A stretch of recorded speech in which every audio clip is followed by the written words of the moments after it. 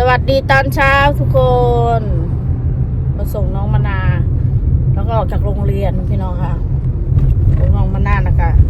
สิขอว่าเรื่องอันนี้เรื่องอ่อนน้อยไปเห็นงานบ่ไปเห็นงานนี่แหละเนอะงานน่ะบ่แมนแบบได้แล้วงานน่ะมันได้หลายหม่องค่ะพี่น้องอยู่น้ำFCแน่แล้วก็หาตัวเองแน่แล้วก็นู่นนี่นั่นแน่บ่แม่นว่าบ่คันละบ่แม่นว่าดึงล่างน้องไว้อยู่ได้ขอบ่ได้ดึงดอกได้ก็ไปบ่คันละได้ก็อยู่น้ำเอื่อยไปก่อนบ่เป็นหยังข่อยบอกนั่นมีหยังก็กินน้ำกันนั่นแหละข้าวก็มีให้กินอยู่บ่ได้ให้หิวดอกงานน่ะได้แล้วไปอยู่นั่น FC ก็ได้แล้วแต่ว่าบัดในทางบ้านคือนางเว้าให้ฟังให้แล้วข่อยคั่นเว้ามันเป็นเรื่องของเขาก็บ่ฮู้รายละเอียดพี่น้องเพิ่นว่าฟังอยู่พอเพิ่นโทรมาว่าพ่อหาอยากเมื่อบ้านซ่านฮักซ่านเงียนฮักบาดีอ้นน้อยสิเมื่อเขาบอกเขาเทินมึงมาแต่มันเบิดเงินหลายแล้วเขาเว้าฮะทั้งยืมเงินแน่ยืมเงินมาแน่เอื้อยกะซอยแน่นังอ้นใหญ่แน่ข่อยแน่ได้พี่น้องข่อยให้น้องนั่นก็บ่ได้หลายดอกเล็กน้อยนี่แหละก็กินอยู่น้ำข่อยหันเด้ซะนั่นแหละแล้วบัดนี้ตะหน่อยสิไปหันไปนี่พะวงหน้าพะวงหลังพะวงหลังพะวงหน้าอยู่นะพี่น้องมันก็เลยบ่ได้พัดละไปจักเถื่อนี่แหละตอนแรกก็ว่าสิเดินทางมื้อนี้วันจันทร์นี่แหละเบิ่งมานี่จะสิไปมื้อใดเพราะว่างานกับข่อยนี่เป็นโทรถามเมื่อวานนี่เขานัดเท่าไหร่เขานัด20พุ่นน่ะเขานัด23เริ่มงานแต่ว่าสิลงมามื้อใดก็ได้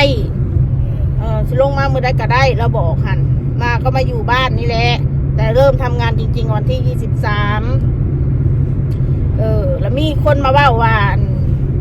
ถ้าว่าได้ไปเห็นงานเหตุการณ์ก็ไปอยู่เป็นขี้ขา2ผัวเมียนั่นแหละว่าซั่นบ่ได้กูก็บอกตรงๆเลยนะ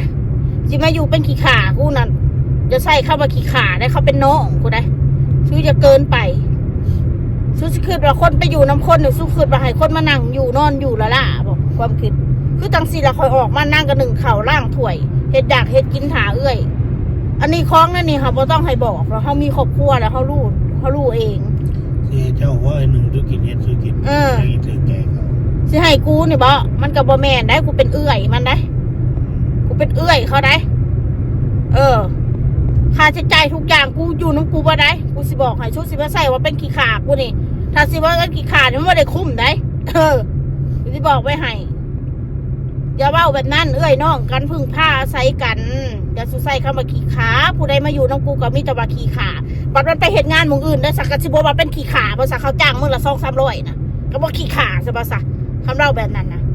คิดแน่สมองก่อนสุสิเว้ายังหันไปเป็นขี้ขามันเนี่ยมันชอบคนใช้อีคกปักเปใครมาอยู่น้องกูต้องเฮ็ดบ่ได้ต้องเฮ็ดเวียกเฮือนเวียกซานสิมานั่งมานอนอยู่ละล่ะให้กูซื้อให้กินนี่กูก็บ่ให้แล้วกูไล่หนีรถมือเดียวนั่นแหละนิสัยกูน่ะสู้ว่าคือเขานี่บ่หูจักทีบจักแดนนี่ว่าคือว่ากูนี่บ่ได้ใส่เงินนี่แต่ละมือแต่ละวันนี่น้องนุ่งลูกหลานมาอยู่นำบ่ได้เคยคิดว่าเขามาอยู่น้องกูสิใส่เขาเป็นขี้ขาสำหนึ่งข่าวล่างถ้วยอันกินลงเจ้าของเองถ้ามาเป็นขี้ขากูนะโอ้กูก็สิไปเป็นยูขี้ขาคนอื่นน่ะโดยที่บ่ได้จกเงินเจ้าของจักบาทนะกูก็สิเป็นคือกันแบบน่ะอันนี้อำนวยความสะดวกวัตถุยางอยู่ได้บ่เกินอาทิตย์นี่อาทิตย์2หรือว่าเต็มที่ก็2อาทิตย์นี่แหละน้องพักพิงซอยกันก็ได้ที่มาอยู่เป็นเดือนเป็นปีโอ้ยข่อยก็บ่ได้แล้วเนาะอันนี้ก็เว้ากันตรงๆก็ต้องเฝ้าหาเห็ดหาทำเนี่ยเนาะปากท้องก็ต้องกินทางบ้านก็ต้องรอเงินน้ำเฮาเขาก็ต้องคิดแล้วเกิดเป็นคน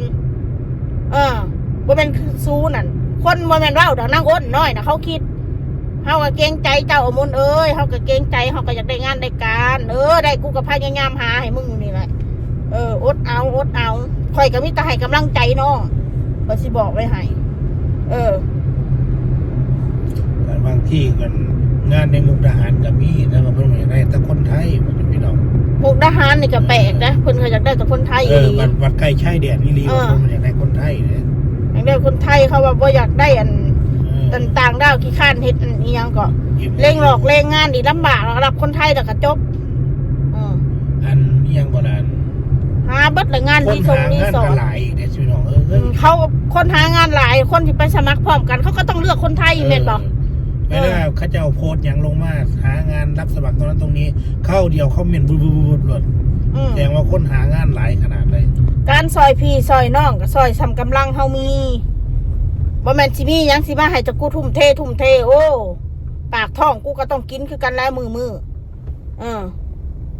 กูก็ต้องกินลูกกูก็ต้องกินรถกูก็ต้องเติมน้ำมันนี่คือจังสี่ละออกมานะอดน้อยนะถือว่าโชคดีละได้นั่งอดใหญ่เป็นเอื่อยได้ข่อยเป็นเอื่อยนะโชคดีถ้าเป็นคนอื่นนะเขาโบรับมันดอกบอกตรงเลย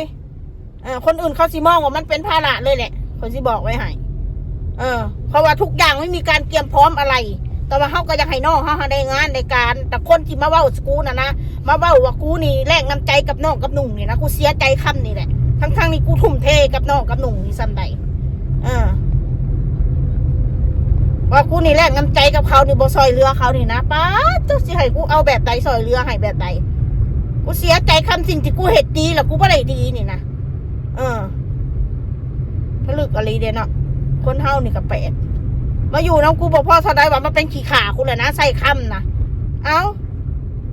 แบบว่าอยากให้เจ้ามีมูมีเพื่อนมีน้องกูไม่ได้ต้องการหมู่นะกูอยู่กับลูกกับผัวกูนี่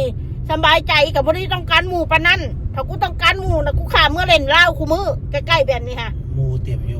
ไม่ได้อึดหมู่นั่นเขาโทรมาแตกจวดมนมึงมาแม่มาแม่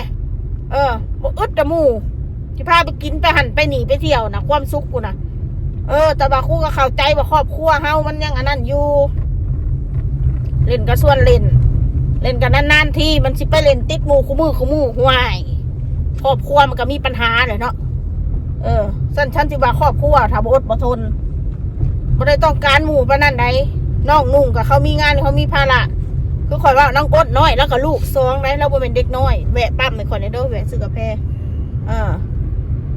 ภาระแล้วอยู่ข้างหน้าแล้วควงหน้าอยู่เต็มกึ่งดึงอยู่เราจะบอกไว้ให้ได้กินแล้วเท่าอะไรคนนึงเงินคำกินแล้วคันออกมาเงินคำก็มีข่อยก็ให้น้องนุ่งไม่ได้ให้ร้ายดอกคือข่อยถือเลขว่านข่อยให้น้อง500ไว้ใส่โดนเด้อเลี้ยงหมูกระทะอีกนั่นแหละพาไปกินหมูกระทะบ่อยากให้มันเงาบ่อยากให้มันโศกมันคิดมากโยนน้อยนะคะมันนั่งรู้สึกมันคิดมากมันเป็นคนคิดมากมันเป็นคนขี้น้อยใจตัวน้อยตัวใหญ่ๆแต่ใจหันน้อยมันบอกเข้มแข็งเลยมันบอกคือข่อยก็อ้นใหญ่เลยอ้นใหญ่มันว่าได้